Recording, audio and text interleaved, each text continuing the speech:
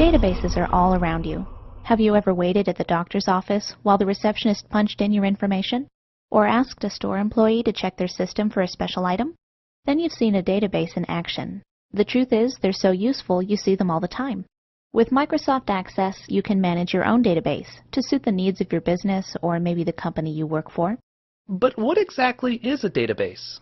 Well, it's a collection of information or data that's stored on a computer, allowing you to enter, access, and analyze it in a way you never could on paper. Let's think about that. Before computers, what sort of paper records do you think the doctor's office kept on file? Certainly a list of patients and their contact information, also their medical history and a list of past appointments. That's how databases work, from the simplest to the most complex. They're basically a collection of lists. Not on paper, but on your computer, where programs like Access make it possible to organize your data, make it searchable, and so much more. Let's take a look. Say you're a hard-working amateur baker. You might decide to keep a database of all the cookies you know how to make and the people you make them for, your friends and family. A simple database because it only contains 2 lists. If you were a professional baker, your database would contain more. You'd have products and customers, and other things to keep track of like prices, sales units, and a list of orders. Does Access actually keep these things in a big long list? Not quite. Instead, it uses tables, like the ones in Excel, to list things in a little more detail. Take this example from the Amateur Baker's database. It lists friends and family, but also important information like who has a nut allergy and the rest of the table. So, if a database is essentially a collection of lists stored in tables, and you can build tables in Excel, why Access? Why do you need a database at all? Let's compare. While Excel is great at storing and organizing numbers, Access is better at analyzing and connecting other types of data. For example, names and descriptions, or your friends and their favorite cookies. The databases you'll be working with in Access can actually understand how different lists and their contents relate to one another. We call this a relational database for its ability to understand relationships, and it's really what sets Access apart. Let's think about what that means while we go back to our Amateur Baker's database and build a third list to keep track of batches of cookies and who they're for. It's easy to see the relationship here. All I did was pull Dwayne from this list and Shortbread from here. Access can see and use that relationship too, but Excel can't. All of these things are completely unrelated as far as Excel is concerned. That means you wouldn't be able to pull from one list to another. Eventually, you'd find yourself typing the same thing over and over every time you needed to refer to Dwayne or your shortbread recipe or Dad and chocolate chip. In short, Access thinks more like you. It recognizes that the items in these 3 lists are connected. That makes entering, searching, and analyzing data so much easier, whether you have 2 lists or 20. Less to type, less to keep track of.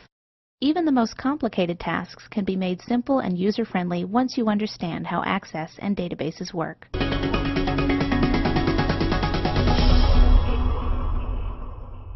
If you've looked for a job online, or searched for a book at your local library, you know firsthand what databases can do. But do you know how they work? What goes on behind the scenes?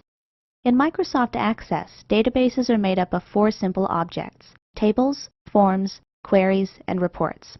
Together, these objects allow you to do all the things you associate with using a database, from storing and entering more and more information to analyzing and compiling search results.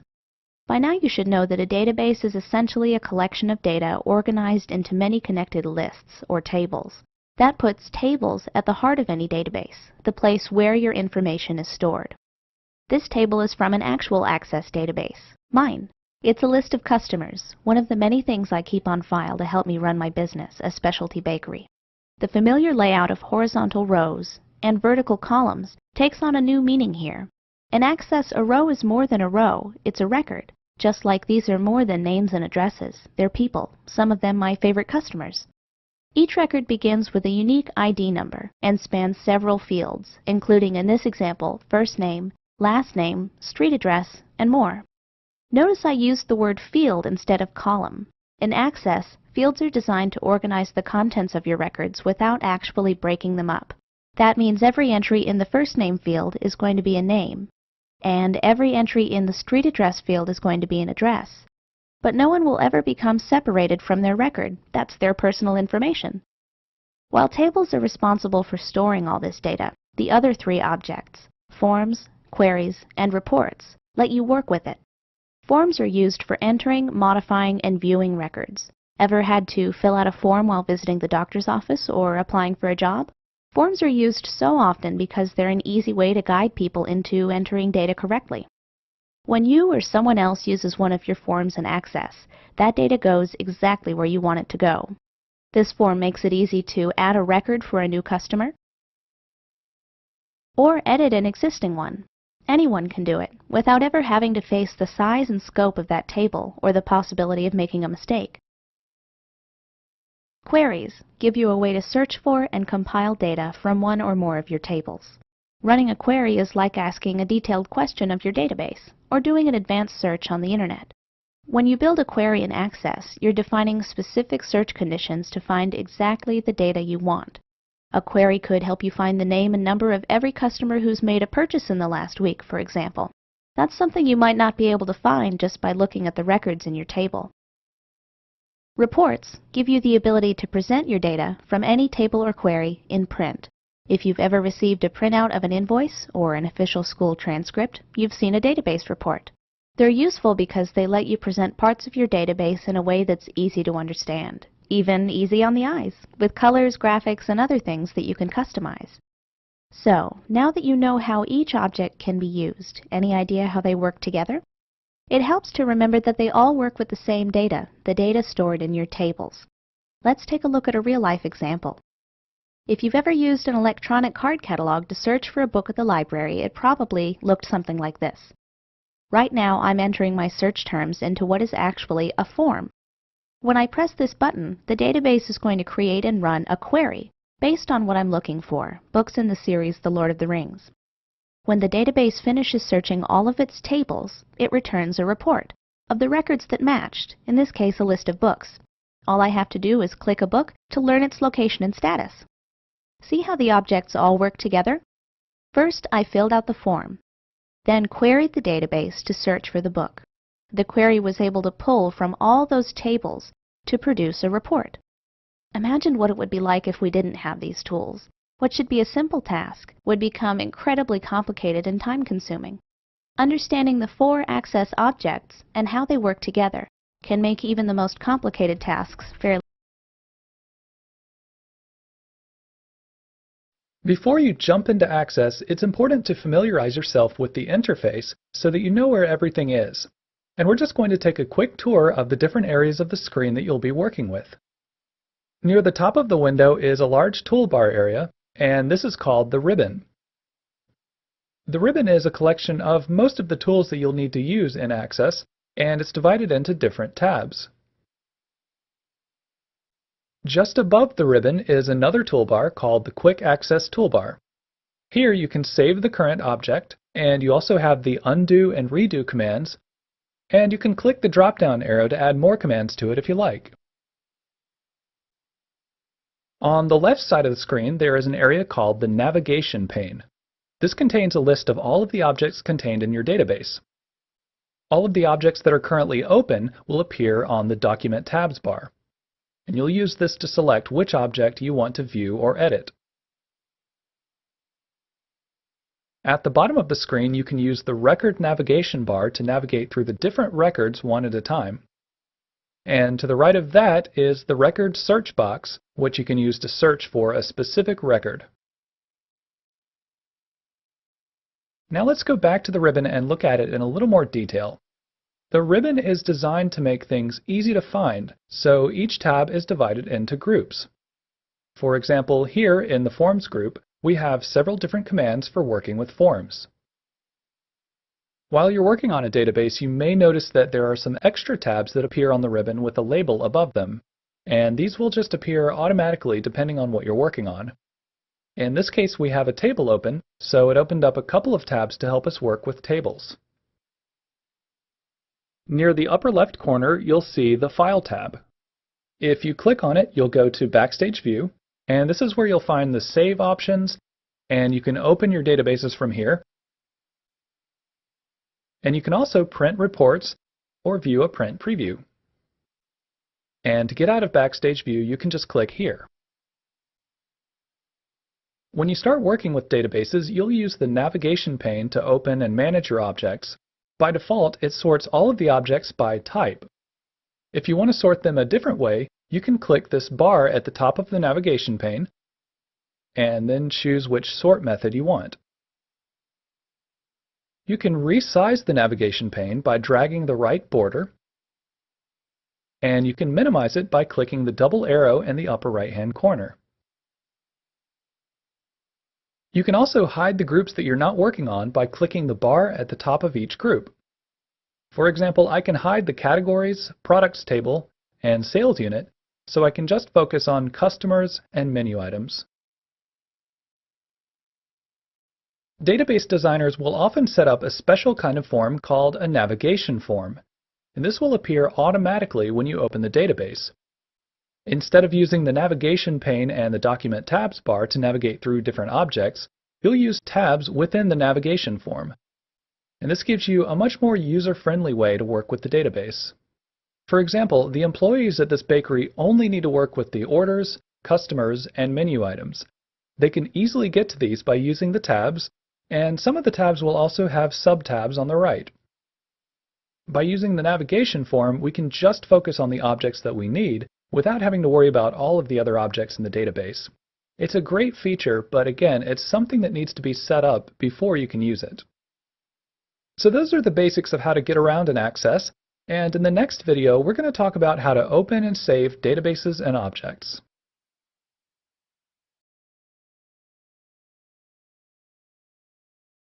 In this video, we're going to talk about opening and saving databases and objects. In Access, this works a little bit differently from other programs like Word or Excel, and it's important that you know how it works before you start editing databases. We'll start by opening a database. Make sure you're in Backstage View, then click Open. And if there are any recently opened files, they'll appear here. But if you don't see the one you're looking for, click Computer, Browse, and then you can double-click your file to open it. Now you may get a warning message here, so if you trust the source of the database, then click Enable Content. Now earlier I mentioned that Access is a little bit different from other programs, and that's because you're not going to be editing the database itself, but rather the objects within the database. Access treats each one of these objects as separate documents, and each one can be opened, saved, and closed individually. So you can think of the database as just a folder of different objects. Let's open a few objects. Just double-click on each one, and I'm going to open a table, a query, and I think I'll also open a form and a report. Each of these objects now has a tab on the Document Tabs bar. If you make any changes, you'll need to save the object before you close it. You can do that by clicking Save on the Quick Access toolbar. And this only saves the current object. And to close it, you can click the X over on the right. If you need to rename an object, you can just right-click the name in the navigation pane and select Rename. And then type whatever name you want. To close the database, click the File tab and select Close. And in Access, you're not going to be saving your database because you're saving each object individually. And this may seem a little bit strange at first, but as long as you remember to think of the database as a folder of objects, then you'll be okay.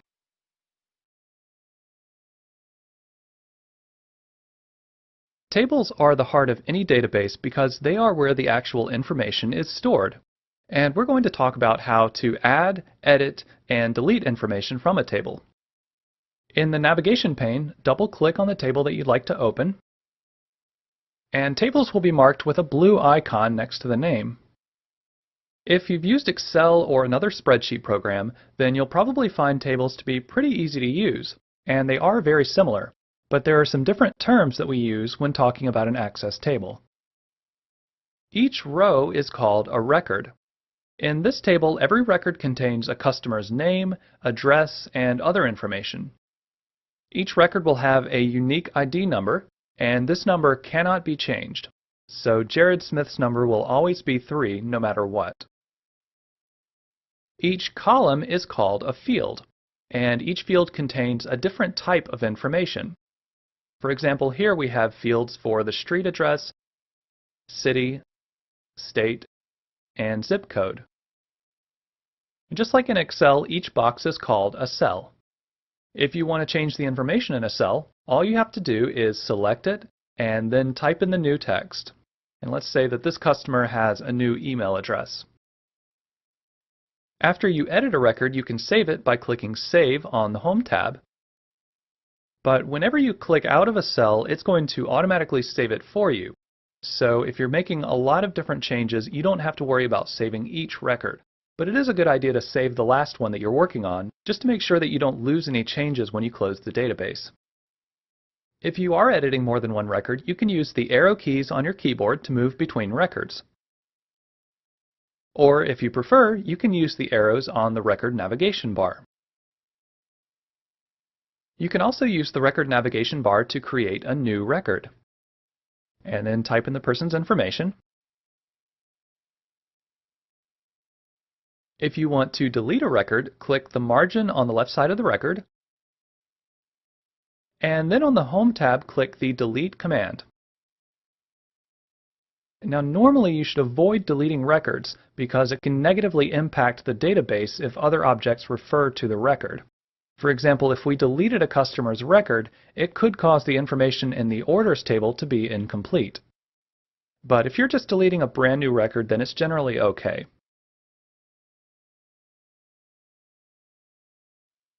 For some edits, you may want to use the Find and Replace option to make a lot of changes at once. I'm going to open up the Products table, and on the Home tab, click the Replace command. And let's say that in some of our seasonal products, we want to change the word fall to autumn. Type in the word that you're looking for and the word that you want it replaced with. And we'll select Current Document so it'll search throughout the entire table. And we want to look for matches that appear in any part of the field. Click Find Next to look for the word. And it looks like the first instance of fall isn't referring to the season, so we'll skip this one and find the next one. And when you get to one that you want to change, click Replace. And just go through each one and decide whether you want to replace it.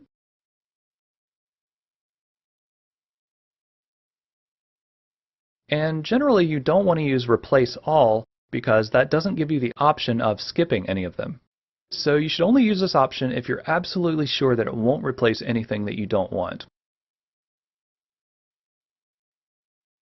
As you practice editing tables, keep in mind that most of your changes are saved automatically, so to be safe you may want to create new records to practice with.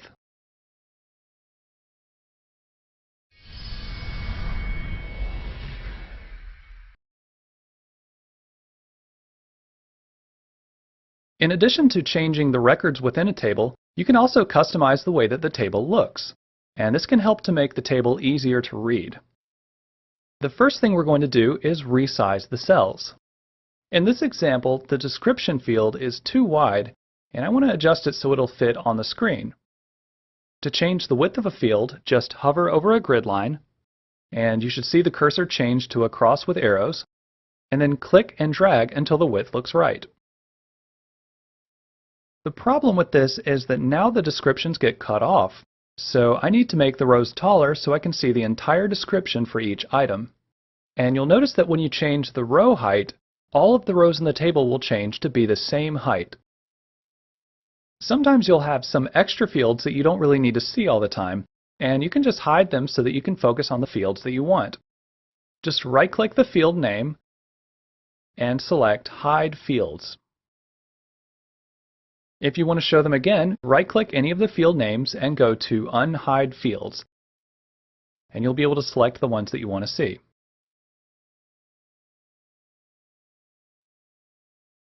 Normally the row colors will alternate between white and some other color, and this helps to make it easier to read.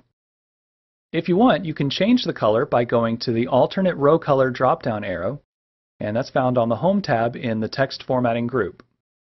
And you'll probably want to choose a light color so the text will have plenty of contrast. You can also control which grid lines are shown, and you can even have no grid lines at all. I'll go with the horizontal grid lines. And finally, in the bottom right corner of the text formatting group, you can click this little arrow to go to the Datasheet Formatting dialog box. And here you have some other formatting options that you can choose, including background color and grid line color. And you can see a preview of the formatting here. So experiment with the different formatting options to create the view that you're most comfortable with.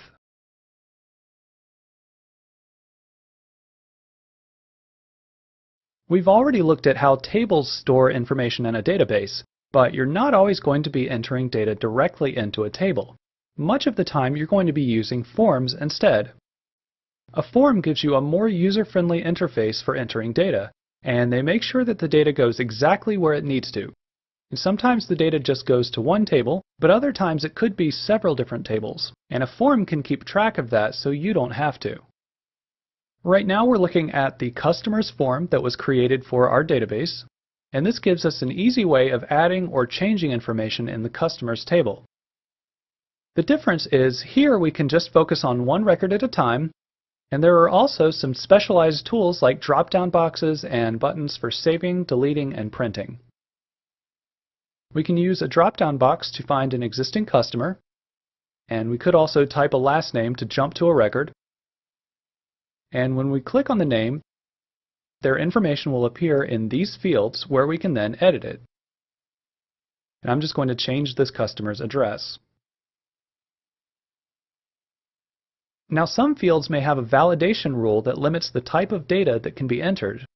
For example, here the state needs to be a 2-letter postal code, and if I try to type anything else, a window will pop up with instructions on how to fill it out correctly. And I'll change this back to NC. And when you're done, you can click Save. There's also a button to create a new record, which automatically clears all of the fields so we can type in a new customer's information. So if you wanted to, you could do most of these things by editing the table directly, but the form is going to be a little easier and faster to use. Now let's look at a slightly more complex form, and this is going to let us do things that we really couldn't do by just editing the tables. I'm going to open the Orders form, and this is what the employees will fill out when the customer places an order. Let's just walk through the process of creating a new order.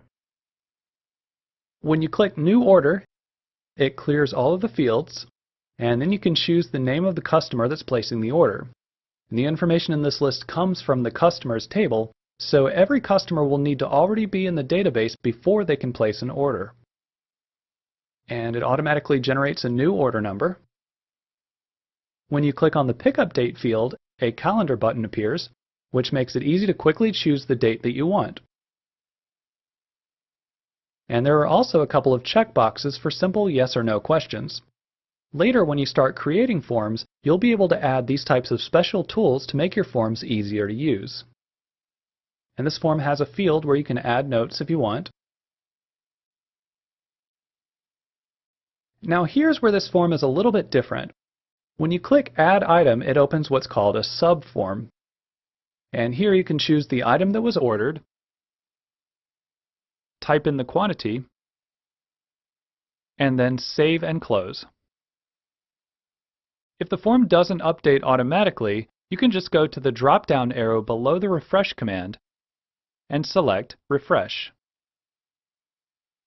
Then you can add another item, and you can do this as many times as you need to until the order is complete.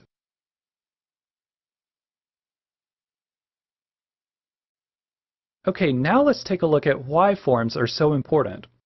When we place an order with this form, one of the tables that is modified is Order Items. Now it would be very difficult to edit this table directly. For instance, I don't know what menu item 156 is, and I don't remember which customer placed order number 7. But Access can piece together the order by looking up the correct records in different tables. So tables are sometimes organized in a way that's easy for Access to read, but difficult for a person to read. And that's why we often have to use forms instead of editing tables directly. These were just a couple of examples of forms, and the exact content and layout of a form will vary depending on how the form is meant to be used.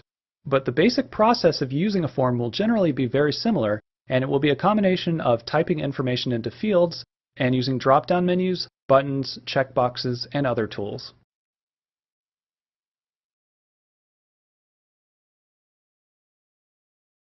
In this video, we're going to talk about sorting and filtering. These are both tools that you can use to organize your data. They're really useful when you're working on tables, but you can use them with other objects as well. By default, tables are sorted by the ID number, but you can sort by any field that you want. First, click on the field name, and then on the Home tab, click Ascending or Descending.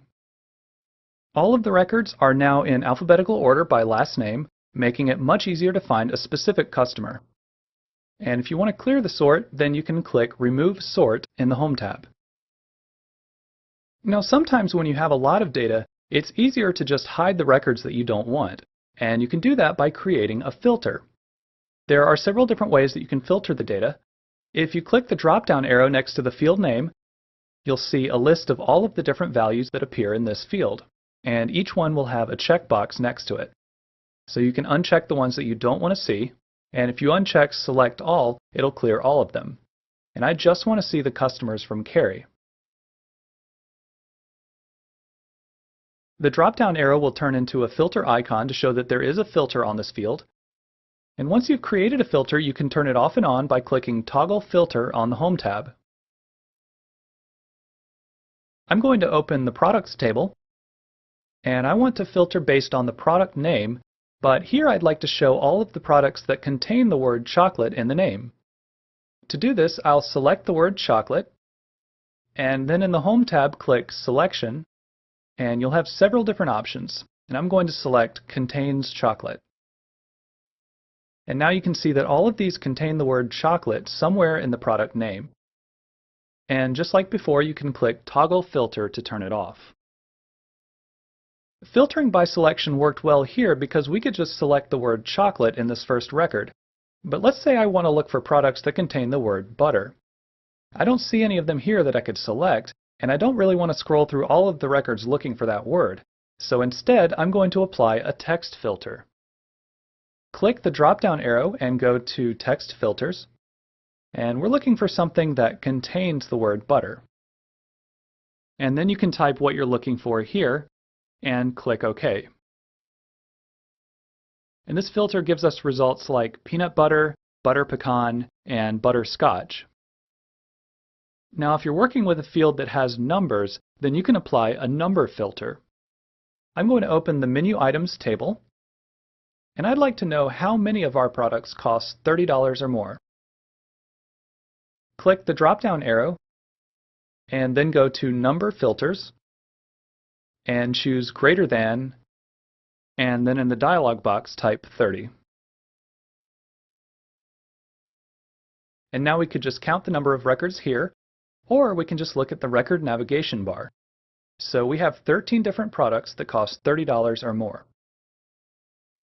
And finally, with fields that contain dates, you can apply a date filter. I'm going to go to the Orders table. Then you can click the drop-down arrow and select Date Filters. You'll have a lot of different options, such as this week, last week, or next month. Or if you want to look at a specific month, you can go to All Dates and Period and select the month that you want. So experiment with the different sorting and filtering options, and keep in mind that you can always remove the sort or the filter to view all of the data.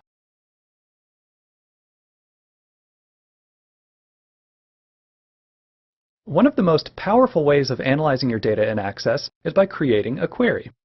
Running a query is like asking your database a question. A query can retrieve data from a single table or from multiple tables, and it all depends on how complex your question is. In this video, we're just going to focus on making a simple query that uses a single table, and this is sometimes called an advanced filter. Let's suppose our bakery has an upcoming event, and I want to get a list of all of our customers who live nearby so we can send them invitations. A query is going to be able to go into the customers table and find the names and addresses of the nearby customers. To create a query, go to the Create tab and then click the Query Design command. And then you'll need to select the table or tables that you want to retrieve the data from. We're just using the customers table for now. Click Add, and then you can close this window. When working with queries, there are a couple of different views that we're going to use. If you click on the View drop-down arrow, then you can see that we are in Design View. When we finish the query, we're going to be viewing the results in Datasheet View, and you can use this menu to switch views whenever you want. The Customers table appears as a small window in the Object Relationship pane, which is this area here, and it has a list of all of the fields that are in this table, such as first name, last name, and street address. And I'm going to resize it so I can see all of the fields.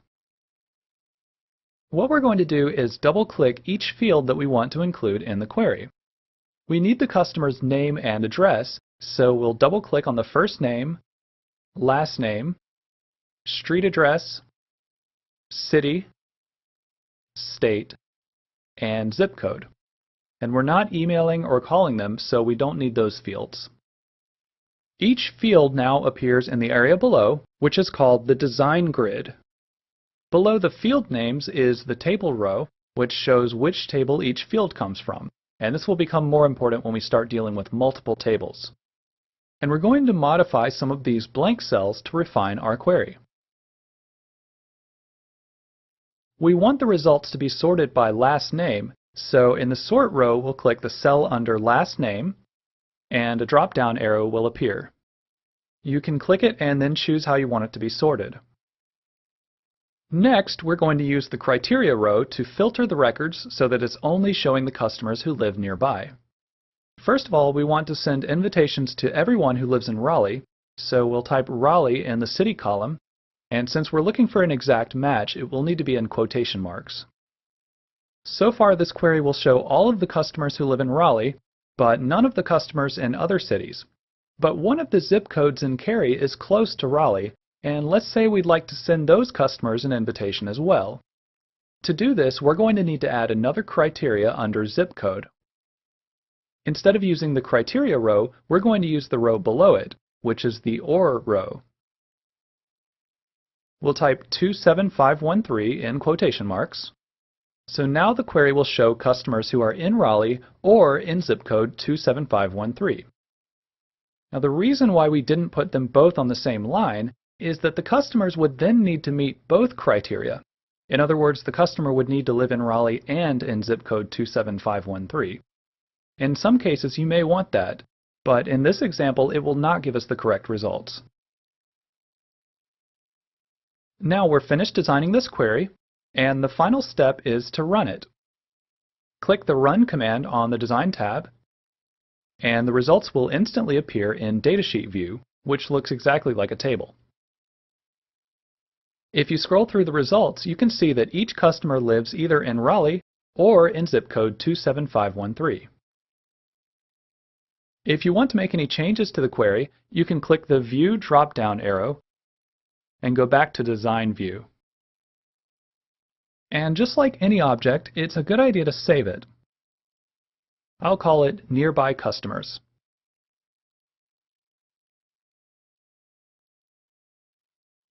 This was just a basic example, and in the next video we're going to talk about how to make a query with multiple tables.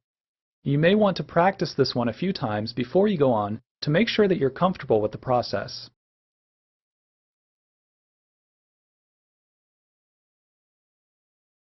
We've already talked about how to create a simple query that only uses one table, but queries that involve more than one table let you ask much more interesting questions to your database.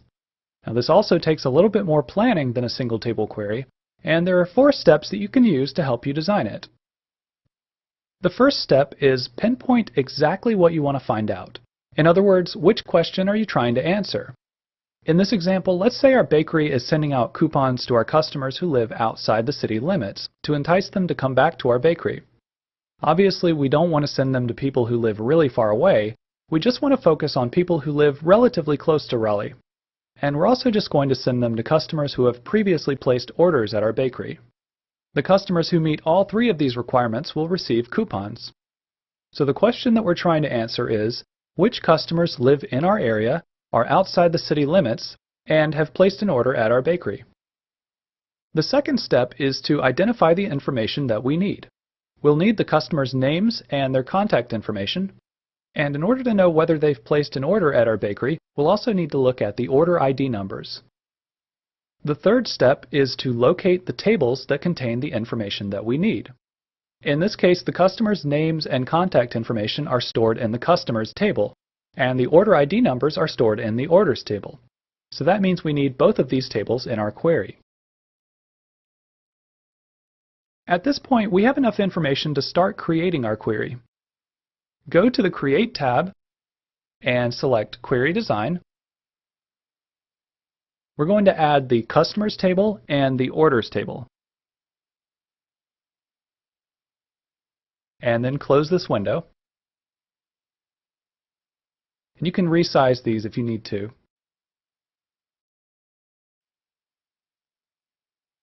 Then we're going to double-click on the fields that we need.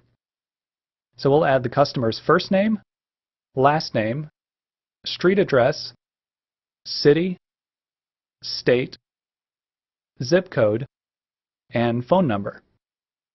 And from the orders table, we'll need the ID field. When you have more than one table in a query, they will be joined by a line, and this is called a join. The join will often have an arrow that points to the left or the right, which tells the query which table to look at first. Sometimes you'll need to change the direction to get the results that you want. We're going to double-click on the join to change it. And we want to select the third option, which says Include all records from the orders table. And in the next video, we're going to talk a little more about why we're choosing this option. But basically, this means that it will pull from the orders table first, which ensures that only the customers who have placed an order will be included. When you click OK, you can see that the arrow now goes from right to left. The fourth step is to determine which search criteria you need to use. We're going to be adding criteria under the city and phone number fields. First, we want to exclude all of the customers who are in Raleigh. To do this, we're going to need to use a very specific syntax. So for the city criteria, type not in, and then in parentheses type Raleigh in quotation marks. And you can use this syntax whenever you want to exclude something from the query results. Now we also need some way of limiting the results to just the nearby towns. And in this case, we're going to do this by getting the area code from the phone number field. The 919 area code covers Raleigh and a number of nearby cities and towns, so this should give us a pretty good range. We'll need to use a syntax that looks at the beginning of each phone number. So type like, and in parentheses type quote 919 asterisk end quote. The asterisk means that any phone number can come after the 919 area code. And there are many other syntaxes that you can use, and in the next video we'll look at a few other examples of these. Now in this case, we're putting the criteria on the same row because we want the customers to meet both of these criteria. If they just meet one of the criteria, then they're not going to be included in the query results. If we needed them to meet one or the other, then we would put one of these criteria on the next row. This query is finished now, so we can run it to see the results. And you can see that each customer meets both criteria. They are not from Raleigh, and their phone numbers begin with 919. So generally, more complex queries require more planning. But you can make it a lot easier by just following the 4 steps of pinpointing exactly what you want to find out, identifying the information that you need, locating the tables that contain the information, and determining exactly what criteria you need. And in the next video, we're going to look at joins and search criteria in a little bit more detail.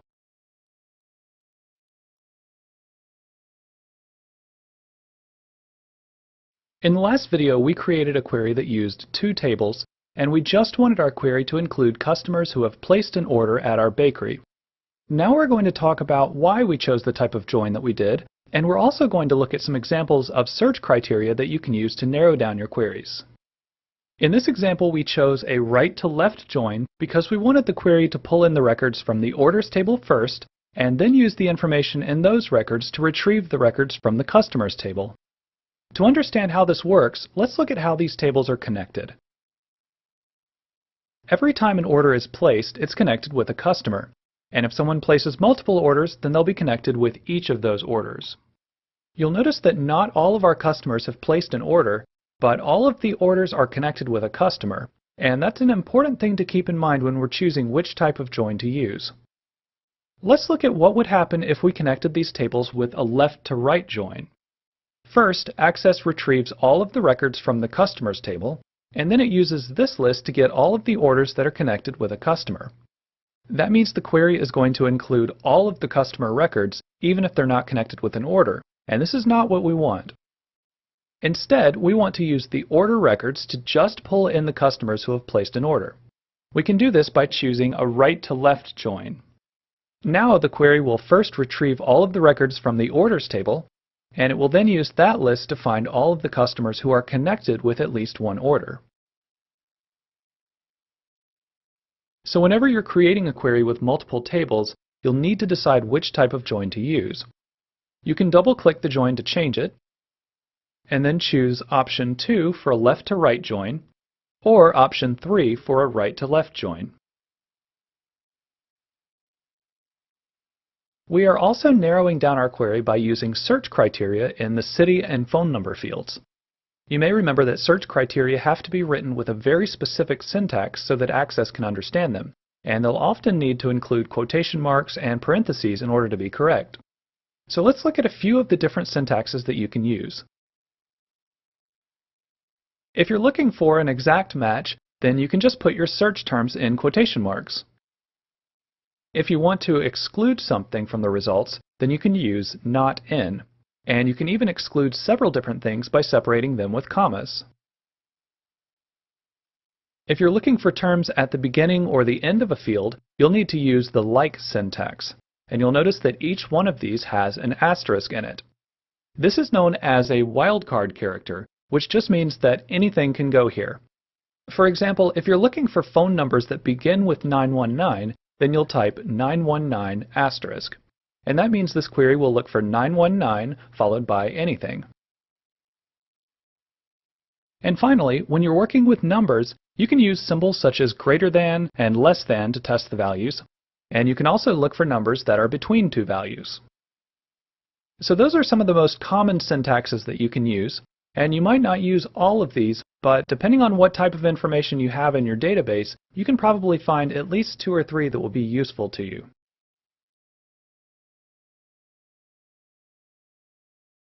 I'm working on a query that shows us a list of our bakery's customers who live outside the city limits. And there are a couple of things that I'm going to do to make the results easier to read: sorting the results and hiding the fields that we don't need to see. Right now I'm in Datasheet view, so I'll need to switch to Design view. And there are 2 ways of doing that. You can either go to the View drop-down arrow and select Design View, or in the bottom right corner you can click the icon on the far right. In the data grid there is a sort row which is currently empty. To add a sort, you can just click on the cell for the field that you want to sort, and then click the drop-down arrow to choose a sort option. And now our results will be sorted alphabetically by city. You can also do a multi-level sort by just adding a sort to another field. A multi-level sort will always work from left to right, so this is going to sort first by city, and then within each city it will sort by zip code.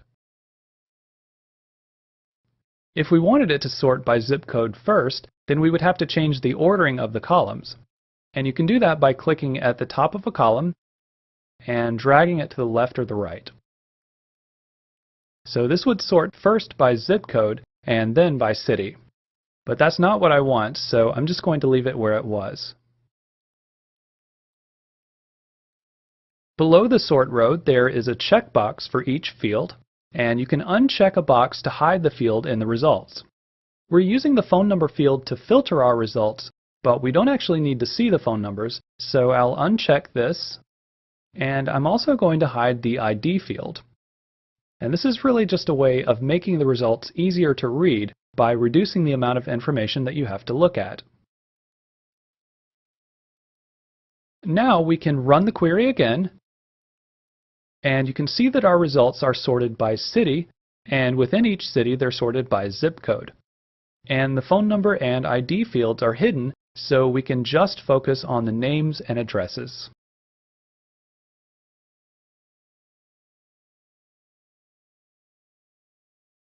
We're going to talk about a really neat type of query called a totals query. Up until this point, the queries that we've done have pulled in results from one or more tables and listed them one by one. But a totals query does more than just list the results.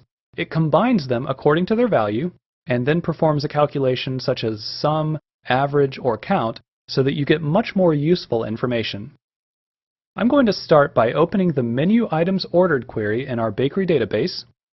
This query uses several different tables to give us a list of all of the items that have been ordered. If you look down the list, you can see that there's a lot of repetition, and that's because most of these items have been ordered more than once. If we change this to a totals query, then we'll have just one row for each item, and the values in the quantity field will be added up to show us what the total is for each item. First, you'll need to go to Design View, and then click the Totals command. And the design grid now has a new row called the Total row. And right now all of these say Group By, but we're going to change the one in the Quantity field. So click the drop-down arrow, and we're going to select Sum so it will add the values together. And there are some other options such as Average, Minimum, Maximum, Count, and a few more. But in this case we want to use Sum. Now we can run the query, and you can see that there is one row for each product, and the quantity field has changed to sum of quantity, and this gives us the total for each item. That means we can tell at a glance that we've sold 12 Christmas cakes, 9 carrot cakes, and 18 cheesecakes. You may notice that some of these product names appear on more than one row, and that's because they have more than one sales unit. For example, the chocolate chip cookies can be sold by the half dozen, dozen, or as single cookies, and these are really 3 different products, even though they have the same product name. So now that Access is calculating these totals for us, we're able to get a much better idea of what people are buying from our bakery.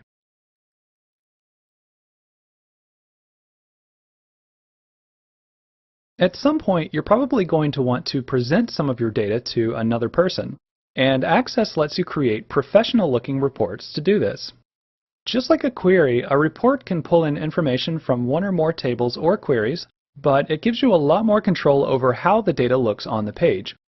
In this video, we're just going to focus on making a simple report based on a single query. I'm going to open the Orders query, but you can use any table or query that you want. And then in the Create tab, click the Report command, and your report should instantly appear. Now it's probably not going to look perfect, so at this point you can clean up the layout, and to do this you'll need to make sure that you're in Layout view. In this report, some of these columns are too wide, so I need to adjust them. When you click on a column, a yellow border will appear, and you can drag the edge to change the width. And I'm adjusting each column just enough to make everything fit on the page. If you make your columns too narrow, then you may cut off some of your data. You can also get rid of any extra fields that you don't need. We probably don't need the zip code in this report, so I'll delete it by pressing the Delete key. And I'll also delete the title and these empty cells. I'm going to scroll through the report now to make sure that everything looks right. And if any elements are outside this dotted line, then they're going to be off the page when you print it. So I'm going to drag this page number over to the left.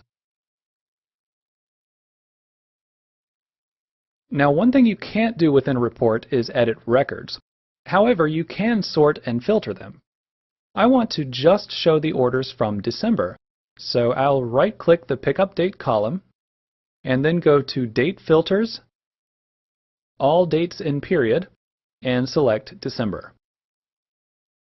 And I'd also like these dates to be sorted. I'll right-click them again and choose Sort Oldest to Newest. When you're done changing the layout, you can switch to Report View, and this will let you view it without the grid lines. And finally, we should save this report.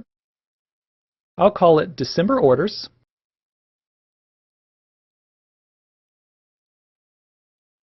And now we have a report that we can come back to at any time if we want to make changes or print it.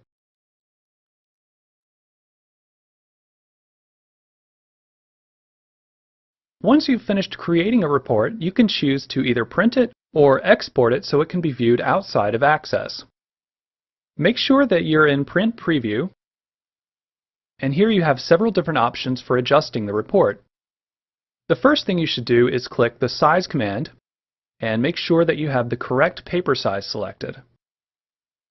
I'd like to add wider margins so that we can make notes if we need to, but you can see that now some of the data is cut off. We can use the page navigation arrows at the bottom to go to the next page, and we can see that the missing data is showing up here. We can fix this by switching to landscape orientation. Now all of the fields fit on the same page. And you could also fix it by going back to Layout View and making the fields narrower so they all fit. I'm going to click the Zoom drop-down arrow and select Fit to Window so we can see how the report looks on the page. It looks like we have plenty of room for notes, and if we wanted to fine-tune the margins, then we could just click Page Setup. And finally, if you want to save ink, then you can click Print Data Only to get rid of the background colors. But I'm going to leave this unchecked because I like the formatting that we have. When you have everything the way you want it, you can click the Print command and then set your printer settings and click OK. Sometimes you may prefer to export a report instead of printing it. This is useful if you want to email it to someone or post it on the web. Access lets you save it as an Excel spreadsheet, a text file, a PDF or XPS file, or email attachment, and you can click More to save it as a rich text file or HTML file. In this case, I'm going to choose PDF because that's going to keep the formatting that I've applied to my report. I'm just going to save this to my Documents library, and you can modify the file name if you want, and then where it says Save As Type, select PDF. Then click Publish, and your report will be saved to your Documents library or whichever folder you chose. Then you can close this window. When you're done, you can close Print Preview, and it will go back to the last view that you were in.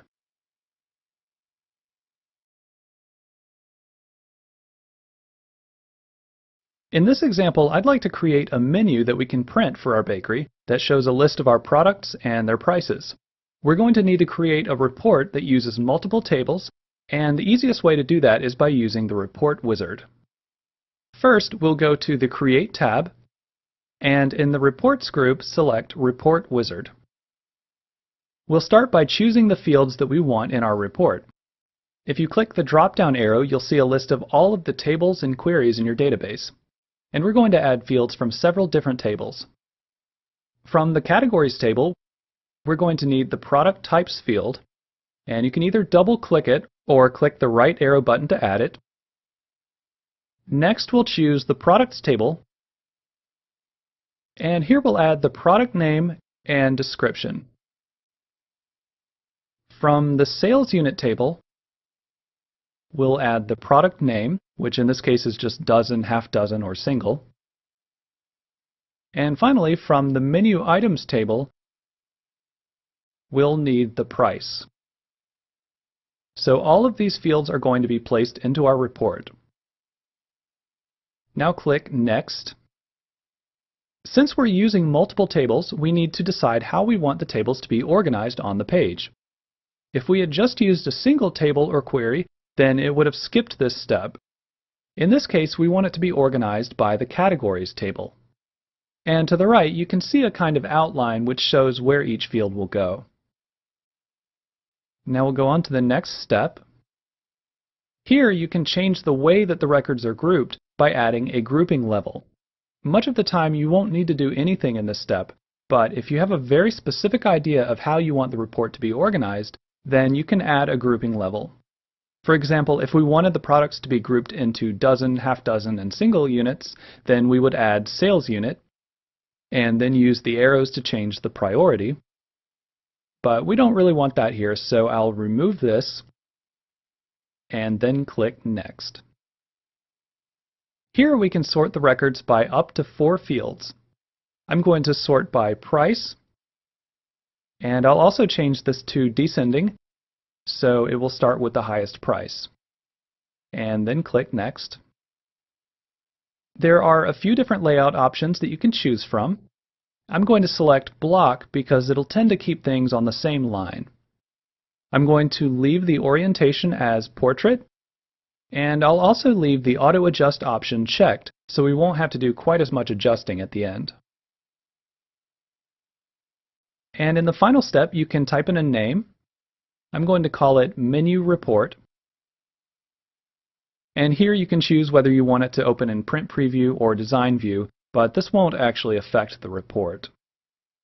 When you click Finish, it will create the report. And you won't be able to go back into the wizard to edit your report, but you can always go to Layout View to make any adjustments that you want.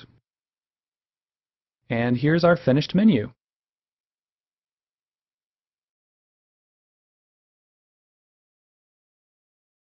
Access gives you a lot of flexibility when it comes to formatting a report.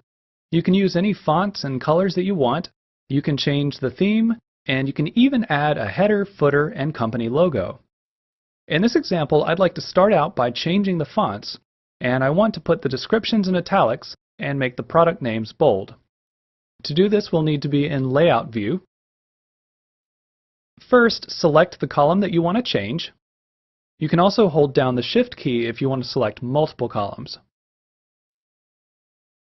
Then go to the Format tab and choose the font that you want. I'm going to pick Cambria. Now to make the descriptions italic, I'll select them and click the Italic command. And then I'll select the product type and make it bold. I think I'll go ahead and delete the field headers. Anybody who sees this menu will know what each column is, so they don't really need to be labeled. At this point, we can switch to Print Preview to see how it looks. The new font in italics really help to give it a more distinctive look. Now I'd like to add a page header which will include the address of our bakery. To do this, we'll need to go into Design View, which we haven't looked at yet. Here you can make some of the same types of adjustments you can make in Layout View, but it also lets you do some other things like adding headers and footers. You'll see several bars, and find the one that says Page Header. You'll need to make sure that there's some empty space below it, and if there isn't any space, then you'll need to click on this border and drag it down. Then in the Design tab, find the Controls group, and you'll want to click on this icon, which is the Label command. And then in your page header, click and drag to create a box. You can type whatever you want here, and I'm going to type our bakery's address, phone number, and email address. And if you want, you can also edit the report header, page footer, and report footer in the same way.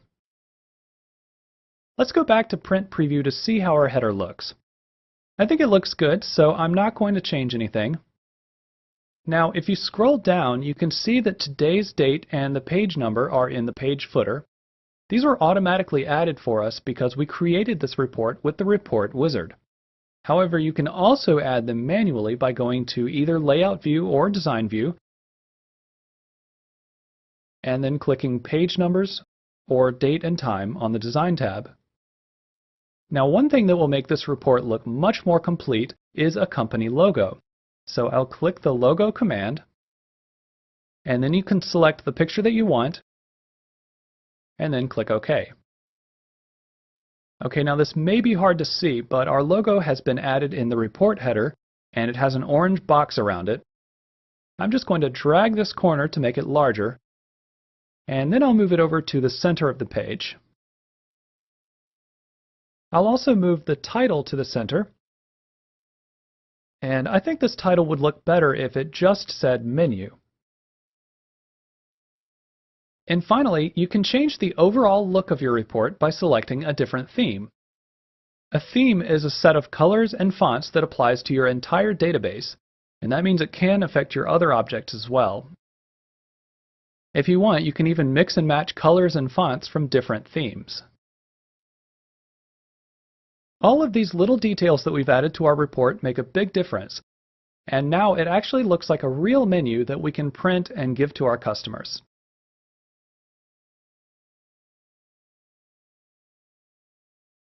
Sometimes you may decide that you want to add or modify fields in your tables. Access makes it easy to do this, although there are some important things that you'll need to consider. There are 3 different rules that you can apply to control the type of data that the fields can accept, and these are data types, character limits, and validation rules. To get started, make sure that you have a table open. I'm using the Customers table. We're going to scroll all the way to the right until you see a blank field that says Click to Add.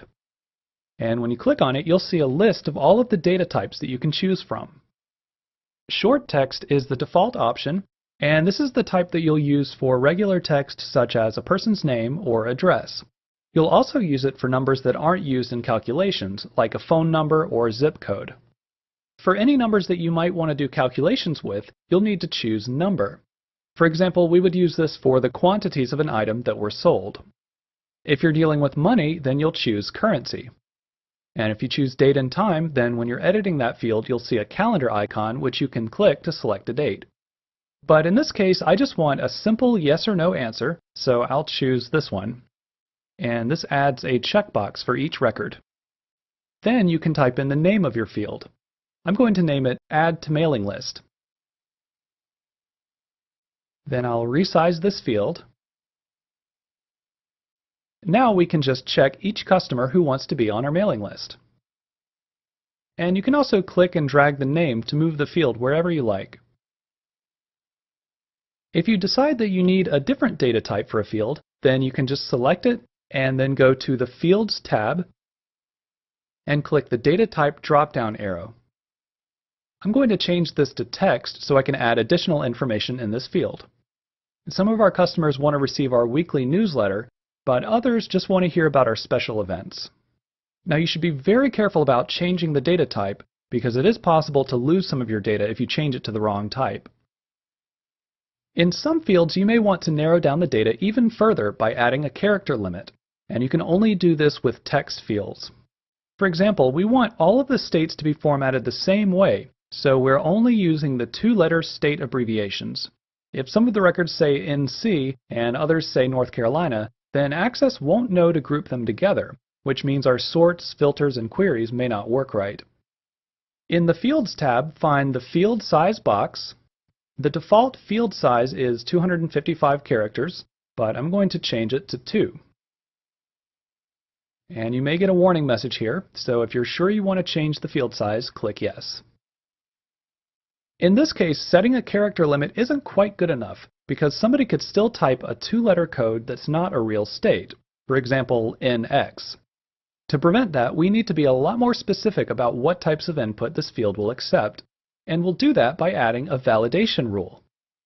In the Fields tab, go to the Validation command on the far right, and select Field Validation Rule. Here, I'm going to type each state abbreviation in quotation marks, and I'm separating each one with the word OR. And this may take a while.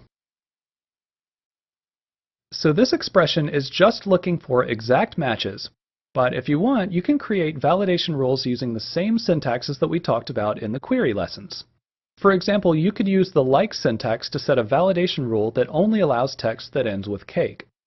Or if you're using numerical values, you could use greater than to make sure that none of our quantities are negative. When you're done, click OK. Whenever you create a validation rule, it's important to create a validation message, and this option is also under the validation command. This message will pop up whenever somebody tries to type in something that doesn't follow the validation rule. The message should briefly describe the rule so that the user can then make the necessary corrections. In this case, I'll just mention that it needs to be a 2-letter abbreviation. Now, you won't need to add a character limit or validation rule to all of your fields, but you can add one or both of them whenever you want to control the types of information that your field will accept.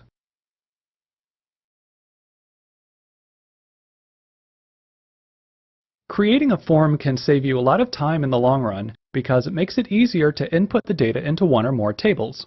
And in this video, we're just going to go over the basics of creating a form from a table, adding additional fields, and inserting a drop-down menu into the form. In the navigation pane, you'll need to select the table that you want to use, and you don't need to open it, just make sure that the name is highlighted. I'm using the Customers table. Then, in the Create tab, you can click the Form command, and it will create a new form that contains all of the fields from your table. And before you do anything else, you should save this form. I'll call it Customers Form. Sometimes your form will include a subform. Access will create one of these if your table is linked to another table. For example, here our Customers table is linked to the Orders table, so the subform will include a list of any orders that the customer has placed. In many cases this may be useful, but if you don't need the subform, you can delete it by just clicking on it and pressing the Delete key. Now, if we later decided to add a field to the Customers table, it would not appear automatically in this form, so we would need to add it manually. To do this, you can select Add Existing Fields from the Design tab, and this will open up the field list, which shows all of the fields from this table.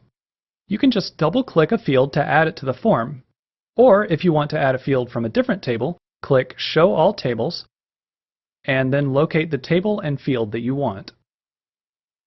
But for now, we have all of the fields that we need, so I'm just going to close this pane. With some fields, you may want to add a drop-down menu, which Access calls a combo box.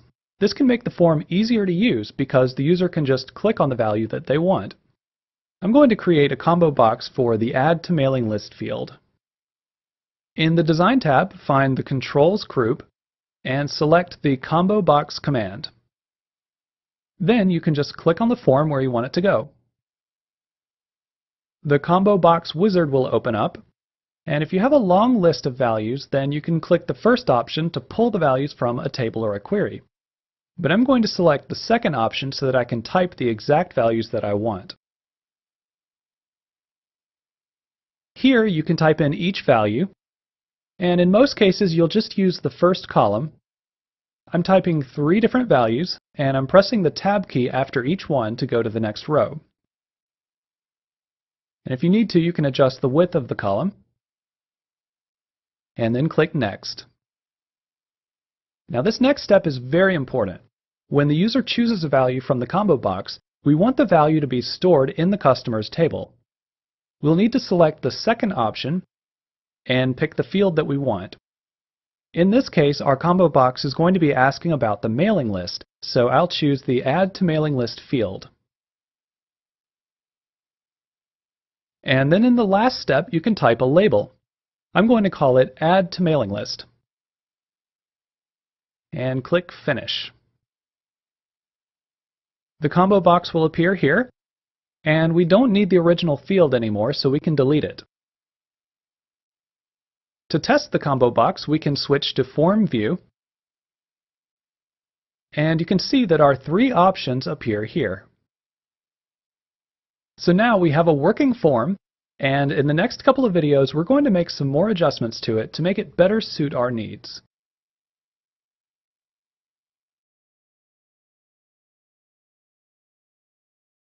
When you're creating a form, Access allows you to make some very detailed changes using the Property Sheet. To open the Property Sheet, first make sure you're in Layout View, and then in the Design tab, select the Property Sheet command.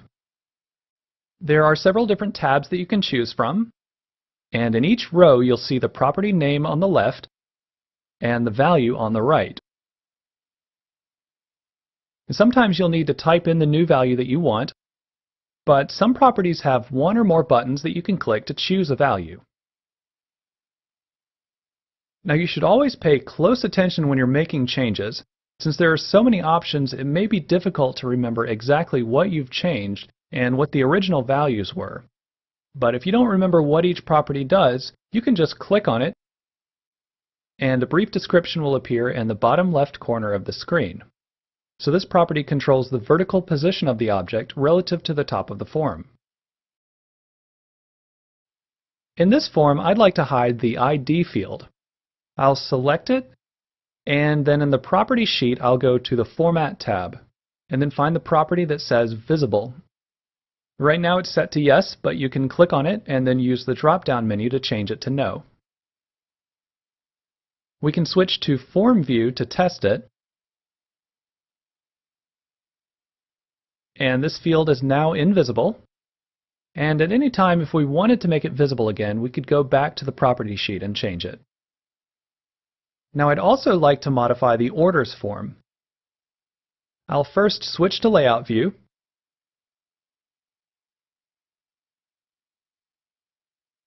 in this form, I'd like the Pickup Date field to default to the current date whenever we create a new order. I'll select the field, and then in the Property sheet, I'll click the Data tab, and then find the Default Value property. In order to get the current date, we'll need to add an expression. Click this button to open up the Expression Builder.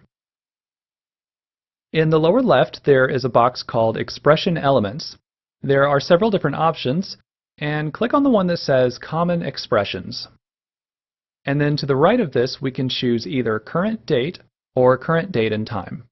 We'll just choose the first one. To the right of that, double-click Date, and it will appear in the area above. Then when you click OK, the expression will appear in the Property sheet. We can now close this. And let's switch to Form View so we can test it. When we create a new order, it clears all of the fields, but the Pickup Date field will default to the current date. We can still change it if we want to, but for most orders we're probably not going to need to, and that's definitely going to save us some time in the long run. In the next video, we're going to finish the customer's form by making some adjustments to the layout and the formatting.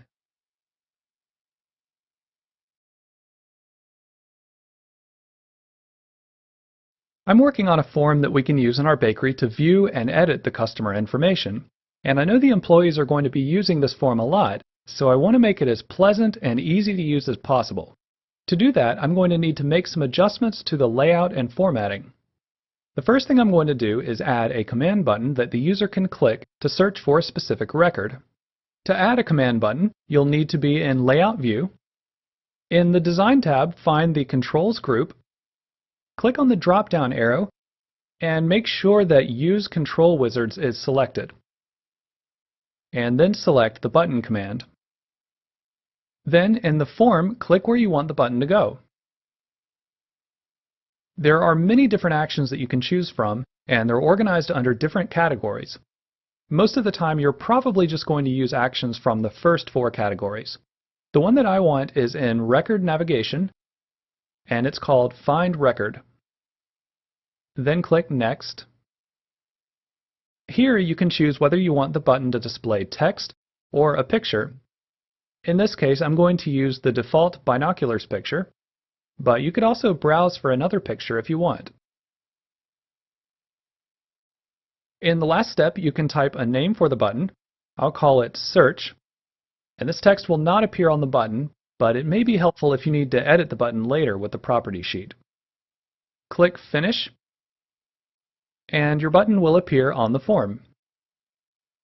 At this point, I want to move and resize the fields so we can get a better view of everything. I think everything would fit a lot better if I put it into 2 columns. You can adjust the fields just like you would in a report. For example, you can click on a cell and then drag the edge to resize the column. Next, I'm going to go to the Arrange tab, and then in the Rows and Columns group, select Insert Right to add a column. I'm going to click it twice so we have one column for the field labels and another for the actual fields. Then I'll just click and drag the fields where I want them.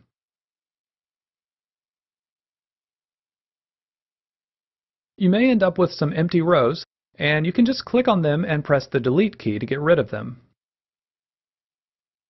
And I'd like the Other Notes field to be larger, so I'm going to merge it with the other cells in its row. I'll hold down the Shift key while I'm clicking on each cell, and then on the Arrange tab, I'll click the Merge command.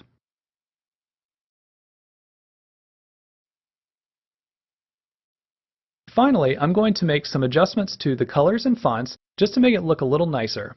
And again, this is exactly like formatting a report. You can go to the Design tab to add a logo or choose a theme, but keep in mind the theme applies to your entire database. So if you want to make changes that will only apply to this form, you can use the commands in the Format tab. Here you can adjust the colors and fonts of individual elements in the form. I'm going to Control-click the fields that I want to change. And now I can adjust the fill color, outline color, and outline weight.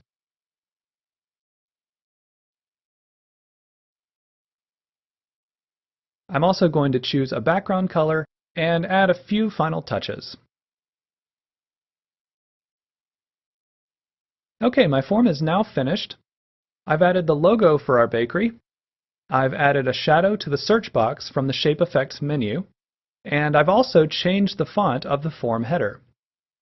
Now, it may take some time to get the form exactly how you want it, but once you do, you'll have a professional-looking form that's easy for people to use.